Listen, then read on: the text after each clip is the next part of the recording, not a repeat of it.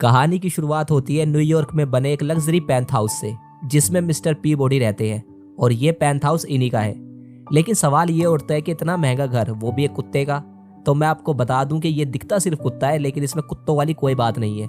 इसका दिमाग आइंस्टाइन से भी तेज है और अपने दिमाग के ही दम पर मिस्टर पीबॉडी ने ना जाने कितने आविष्कार किए और आज मिस्टर पीबॉडी को दुनिया जानती है। और इनसे मिलिए, ये है शेरमैन, मिस्टर पीबॉडी का गोद लिया बेटा।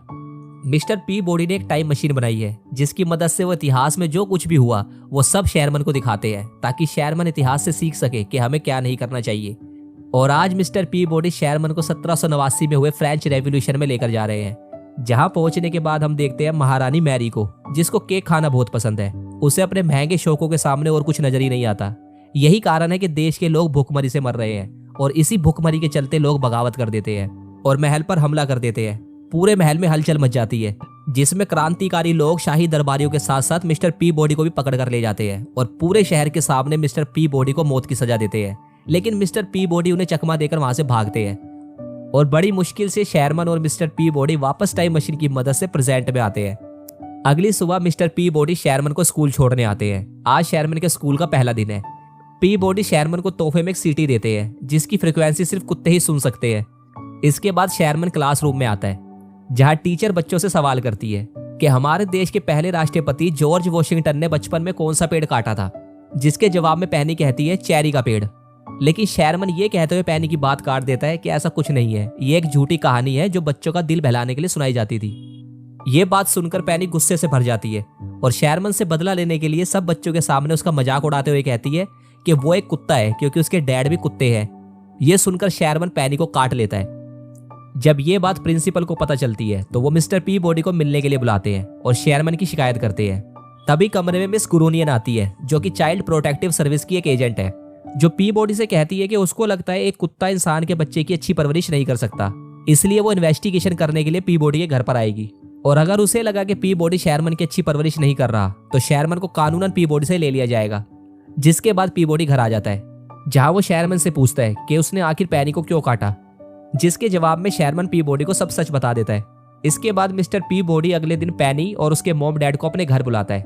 पीबॉडी के कहने पर शेरमैन पैनी को अपना घर दिखाने ले जाता है और पीबॉडी पैनी के मॉम डैड की खातिरदारी में लग जाता है। पैनी शेरमैन से अभी भी नाराज है। शेरमैन उसे मनाने की कोशिश करता है और उसे समझाता है कि उसने क्लास में चेरी के पेड़ के बारे में जो भी कहा था वो गलत था, क्योंकि वो खुद जॉर्ज वॉशिंगटन से मिलकर आया है। ये सुनकर पैनी को लगता है कि शेरमैन झूठ बोल रहा है।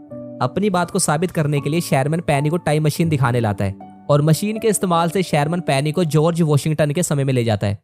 इधर पीबॉडी ने अपनी खातिरदारी से पैनी के मॉम डैड का दिल जीत लिया है।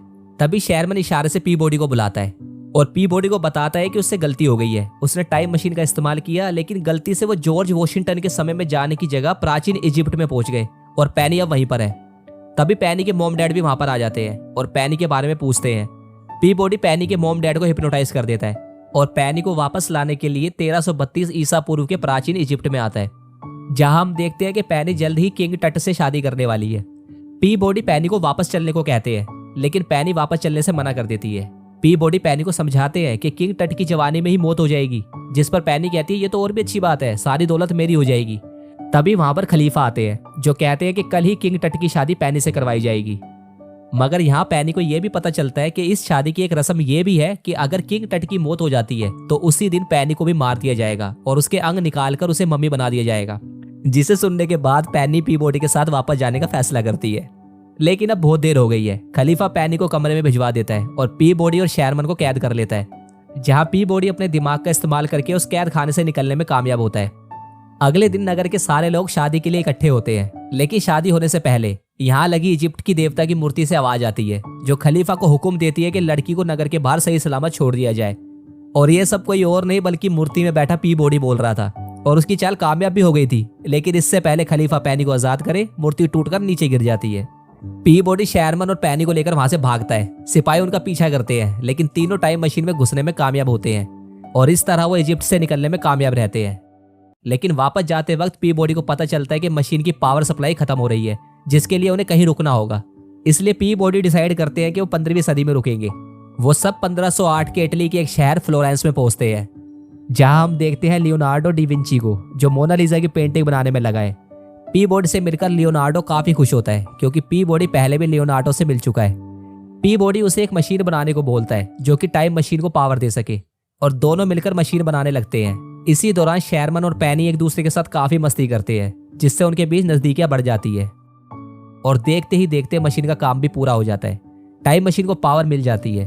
तीनों वापस जाने के लिए निकल पड़ते हैं, जहां बातों ही बातों में शेरमन को पता चलता है कि मिस गुरूनियर पी बॉडी से शेरमन को दूर करना चाहती है, जिसके बाद शेरमन और पी बॉडी में बहस हो जाती है क्योंकि उसको लगता है कि पी बॉडी हमेशा यही सोचते हैं कि वो बहुत नाजुक है और वो कुछ नहीं कर सकता, इसलिए पी बॉडी कभी उसको कुछ करने नहीं देते और ना ही कुछ उसको बताते हैं। इसी बहस के दौरान टाइम मशीन की क्रैश लैंडिंग हो जाती है, जिसके बाद पैनी और पी बॉडी देखते हैं कि शेरमन टाइम मशीन में नहीं है, वो गुस्से में कहीं चला गया है और इसी के साथ पी बॉडी को पता चलता है कि वो ट्रोय शहर पहुंच गए हैं और वो भी उस समय जब ट्रोय शहर में बहुत भयानक युद्ध छिड़ा हुआ था, यानी कि 1184 ईसा पूर्व में, जहां हम देखते हैं कि शेरमन किंग एगमैमनोन की सेना में भर्ती हो गया है। तभी पी बॉडी और पैनी वहां पर पहुंचते हैं और शेरमन को वापस चलने को बोलते हैं, लेकिन शेरमन वापस जाने से मना कर देता है। वो पी बॉडी को साबित करना चाहता है कि वो भी कुछ कर सकता है और पी बॉडी के लाख समझाने पर भी शेरमन नहीं मानता। जंग शुरू होती है जिसमें शेरमन बुरी तरह से डर जाता है और बचकर भागता है और जैसे ही एक योद्धा शेरमन को मारने ही वाला होता है, शेरमन पी बॉडी की दी हुई सीटी बजाता है और पी बॉडी शेरमन को वहां से बचाकर निकालते हैं। लेकिन इसी दौरान पैनी लक्कड़ के बने हुए एक ट्रोजन हॉर्स में फंस जाती है जो बेकाबू होकर लुढ़कने लगता है। शेरमन और पी बॉडी पैनी को बचाने के लिए एक घोड़े की मदद से आगे बढ़ते हैं। पी बॉडी अपना दिमाग चलाता है और एक रस्सी की मदद से लक्कड़ के घोड़े को खाई में गिरने से बचा लेता है और जैसे ही पी बॉडी और शेरमन पैनी को लेने अंदर आते हैं, पैनी की ड्रेस एक कील में फंस जाती है जिसको निकालने के लिए बिना सोचे समझे शेरमन आगे बढ़ जाता है और दूसरी तरफ ज्यादा भार बढ़ने की वजह से घोड़े का बैलेंस बिगड़ जाता है। पी बॉडी किसी तरह उन दोनों को बचाने में कामयाब हो जाता है लेकिन खुद उस खाई में गिर जाता है। शेरमन रोने लगता है और इसी समय शेरमन को आइडिया आता है कि वो कुछ समय पीछे जाएगा जब पी बॉडी जिंदा थे। शेरमन टाइम मशीन का इस्तेमाल करता है और उस समय में आता है जब पी बॉडी पैनी के माँ बाप की खातिरदारी कर रहे थे। शेरमन और पैनी इशारे से पी बॉडी को बुलाते हैं, जहां वो पी बॉडी को सब कुछ बता देते हैं। लेकिन अब यहाँ पर दो शेरमन हो गए हैं, एक इस समय का, दूसरा अलग समय का, और ये खतरनाक है क्योंकि इससे वक्त और ब्रह्मांड का तालमेल बिगड़ जाएगा। इसी दौरान वहां पर इन्वेस्टिगेशन करने के लिए मिस गुरोनियन आ जाती है और वो देखती है यहाँ पर दो शेरमन है।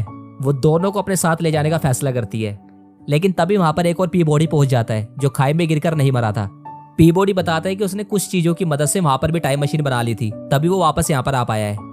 किसी को कुछ समझ में नहीं आता कि यहाँ पर चल क्या रहा है और मिस गुरोनियन ये देखकर दोनों शेरमन को जबरदस्ती अपने साथ ले जाने लगती है। लेकिन जैसे ही दोनों शेरमन एक दूसरे को छूते हैं तो एक स्पार्क होता है, दोनों आपस में जुड़ने लगते हैं।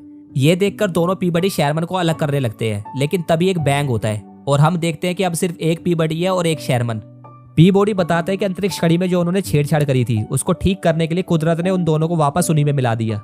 ये जो कुछ भी हुआ उसे देखकर मिस गुरोनियन को यकीन हो जाता है कि पी बॉडी शेरमन की अच्छी परवरिश नहीं कर सकता, इसलिए वो जबरदस्ती शेरमन को अपने साथ ले जाने लगती है। ये देखकर पी बॉडी को गुस्सा आ जाता है और वो मिस गुरोनियन को काट लेता है। मिस गुरोनियन पुलिस को कॉल करती है। पी बॉडी शेरमन और पैनी के साथ वहां से भागता है और टाइम मशीन में वापस आता है ताकि वो सब कुछ ठीक कर सके, लेकिन वो अतीत में नहीं जा पाते क्योंकि उनके डुप्लीकेट्स उनके अंदर समाने की वजह से अंतरिक्ष वक्त की कड़ी में छेद हो गया है, जिससे होता यह है कि अब अतीत के लोग प्रेजेंट में आने लगते हैं। पी बॉडी एक अंतरिक्ष वक्त सुरंग ढूंढने की कोशिश करता है। इसी दौरान हम देखते हैं मिस गुरोनियन ने पुलिस को बुला लिया है और वो उनका पीछा कर रही है और पूरे शहर में इतिहास से आए लोग घूम रहे हैं और काफी कोशिशों के बाद भी पी बॉडी पास्ट में नहीं जा पाता और अचानक टाइम मशीन क्रैश हो जाती है, जिसके बाद पुलिस पी बॉडी को पकड़ लेती है। शेरमन सबको समझाता है कि जो कुछ भी हुआ उसकी बेवकूफी से हुआ। पी बॉडी तो एक अच्छे पिता है मगर वो एक अच्छा बेटा नहीं है। अगर कुत्ते पी बॉडी जैसे होते हैं तो वो भी एक कुत्ता है।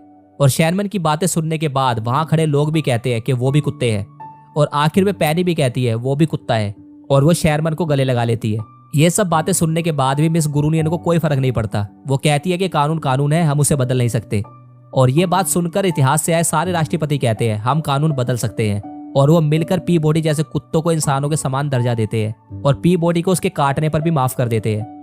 लेकिन तभी अंतरिक्ष में हुआ छेद बढ़ने लगता है। अगर जल्द ही कुछ ना किया गया तो पूरी दुनिया खत्म हो जाएगी। सभी मिलकर सोचने लगते हैं कि आखिर किया क्या जाए। तभी शेरमन को एक आइडिया आता है और वो पी बॉडी को कहता है कि क्यों ना भविष्य में जाया जाए।